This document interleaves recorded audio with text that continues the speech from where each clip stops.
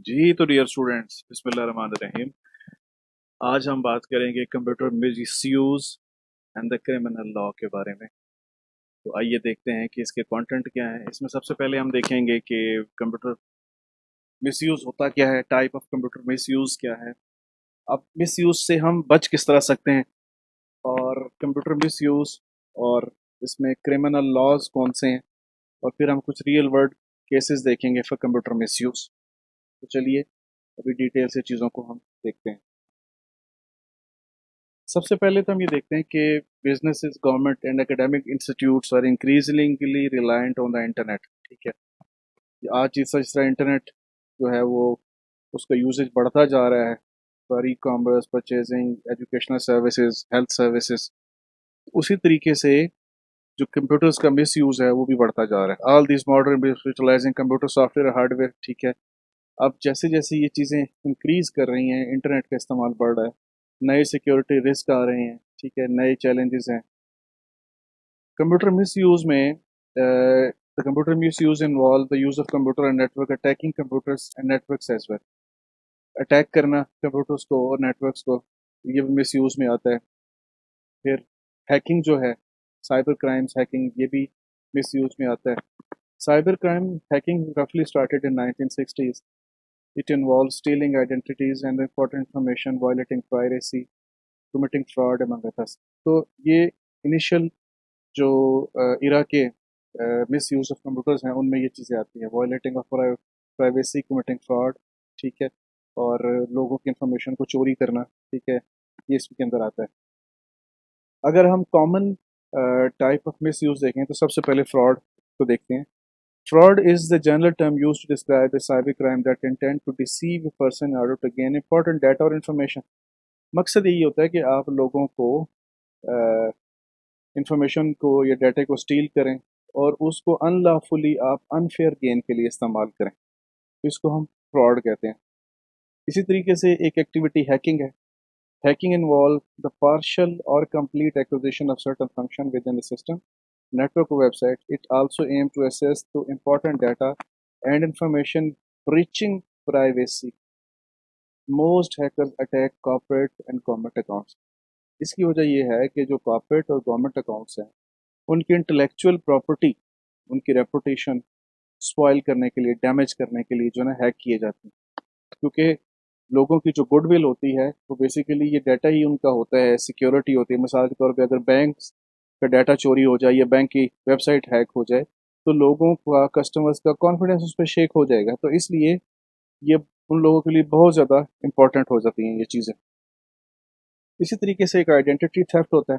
Identity theft specify from A fraud form of fraud in which cyber criminals steal personal data including password, data about bank account, credit card, debit card, social security and other sensitive information।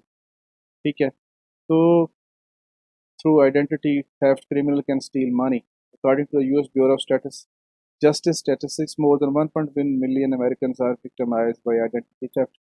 Identity theft is basically लोगों की credit cards को, नाम को, bank account को, उनके pin को use करना to gain financial benefits.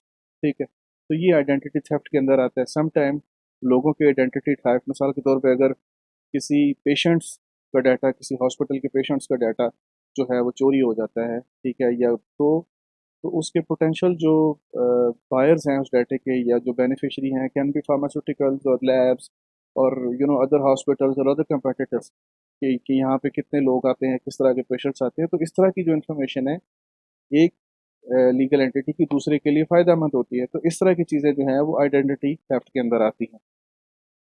इसी तरीके से मिस यूज़ ऑफ कंप्यूटर में स्कैमिंग होती है और कंप्यूटर वायरसेस होते हैं। स्कैमिंग बेसिकली ये होती है, scam happen in a variety of forms in cyber space. Scamming can be done affecting computer repair, network trouble shooting and IT support services, focusing users to shell out the hundred of money of cyber problem that does not exist any illegal plan to make money for in scamming। लोगों को लालच दिया जाता है, धोखा दिया जाता है, उनको ट्रैप किया जाता है जी, कि हम आपको इतना बेनिफिट देंगे, ये अगर आप ये वाली चीज़ प्रोडक्ट खरीदेंगे। तो बेसिकली लोगों को इंगेज करके इन दिस फ्रॉड, इसकी आड़ में वो दूसरी इंफॉर्मेशन चोरी करके उसको यूज़ करते हैं। And the second type is computer viruses. Computer viruses भी कंप्यूटर प्रोग्राम्स ही होते हैं, ठीक है, जैसे वायरसेस हैं, मेलवेयर है, ट्रोजन्स हैं। इनका मकसद ये होता है to destroy computers, data, network systems. Virus can spread through removable devices और इंटरनेट। रिमूवेबल डिवाइसेस हैं जैसे यूएसबी ड्राइव्स हैं, एक्सटर्नल हार्ड ड्राइव्स हैं, इनके थ्रू भी वायरसेस फैलते हैं। फिर इंटरनेट के थ्रू भी वायरसेस फैलते हैं, ईमेल के थ्रू वायरसेस फैलते हैं। सम टाइम जो है लोगों के पास जो है, अगर इफेक्टेड ईमेल आया और उसको वो खोलें तो वहाँ से भी ये वायरसेस जो हैं ये फैलने का अंदेशा होता है। तो वायरसेस, कंप्यूटर वायरसेस भी मिस यूज़ ऑफ कंप्यूटर्स में आते हैं। इसी तरीके से रैंसम वेयर एक होता है। Ransomware is one of the most destructive malware based. It enter your computer network and encrypt file and information through public key encryption। ठीक है, एक in 2016 over 638 million computer network are affected by ransomware. In 2017 over 5 billion is lost due to global ransomware।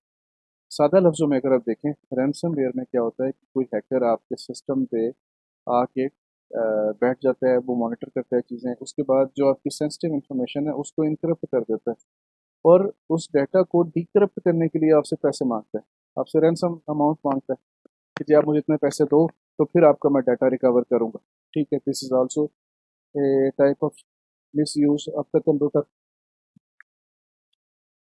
Then misuse of computer में DDoS attack आता है। DDoS और distributed denial of service attack is one of the most popular method of hacking. It temporarily और completely interrupt servers and network that are successfully running। ठीक है, उनकी services को disturb कर देता है। When the system is offline, they compromise certain functionality to make the website unavailable for user। The main goal is for users to pay attention to the DDoS attack, giving hacker the chance to hack the system। DDoS is basically denial of services का मतलब ये है कि जो normally servers होते हैं जैसे web server है, एप्लीकेशन सर्वर है, ठीक है, रिपोर्टिंग सर्वर है, डोमेन सर्वर है, अगर वहाँ पे आप उनकी सर्विस कैपेबिलिटी को जैम कर दें, उनको रिक्वेस्ट को रिस्पॉन्ड ना कर सकें, मतलब जो भी वो सर्विसेज देते हैं वो सर्विस देना छोड़ दें, तो बेसिकली उनके जो बैंडविड्थ को चोक कर देना या सर्विसेज को ब्लॉक कर देना, ये सारे के सारे डीडॉस अटैक के अंदर आती हैं चीज़ें। This is again the miss use of computer. इसी तरीके से type of computer miss use में fishing. Phishers act like a legitimate company or organization। They use email spoofing to extract confidential information such as credit card number, social security number, password, etc. They send out thousands of phishing email carrying links of fake websites। Users believe these are legitimate, thus ensuring their personal information। मिसाल के तौर पे आपके पास एक phishing email आई किसी bank की तरफ से और उसका जो सेंडर ईमेल है वो लेजिटिमेट हो, ठीक है, लेकिन उसके अंदर जो लिंक्स दिए गए हैं या जो डॉक्यूमेंट अटैच किए गए हैं वो बेसिकली स्पूफिंग हो। जैसे ही आप उन पर क्लिक करें आपको उसी तरह की किसी सिमिलर वेबसाइट पे ले जाए जहाँ पे आप लोग वो कहे जी आप अपना यूज़र नेम पासवर्ड दें, और तो इस तरह से ये स्कैम जो है ये होते हैं, ठीक है, तो इसको हम फिशिंग स्कैम कहते हैं। देन malversing है। Malversing is a method of filing website with advertisement carrying malicious codes। User will click these advertisement thinking they are legitimate।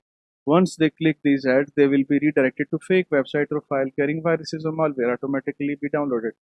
तो ये भी फेक एडवर्टीजमेंट के थ्रू जो है आपको एक मिलिशियस कोड आपके सिस्टम में डाउनलोड कर दी जाता है, फिर उस मिलिशियस कोड के थ्रू आपके डाटे को, इंफॉर्मेशन को हैक किया जाता है और यूज़ किया जाता है। This is again the type of miss use of computers.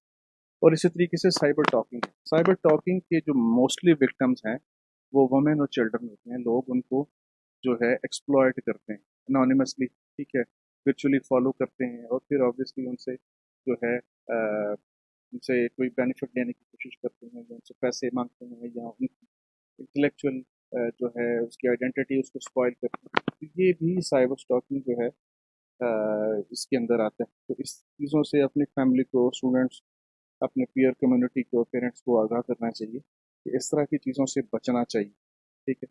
इसी लेक्चर को हम आगे कंटिन्यू रखेंगे इन द सेकंड वीडियो। तो मिलते हैं सेकंड वीडियो में।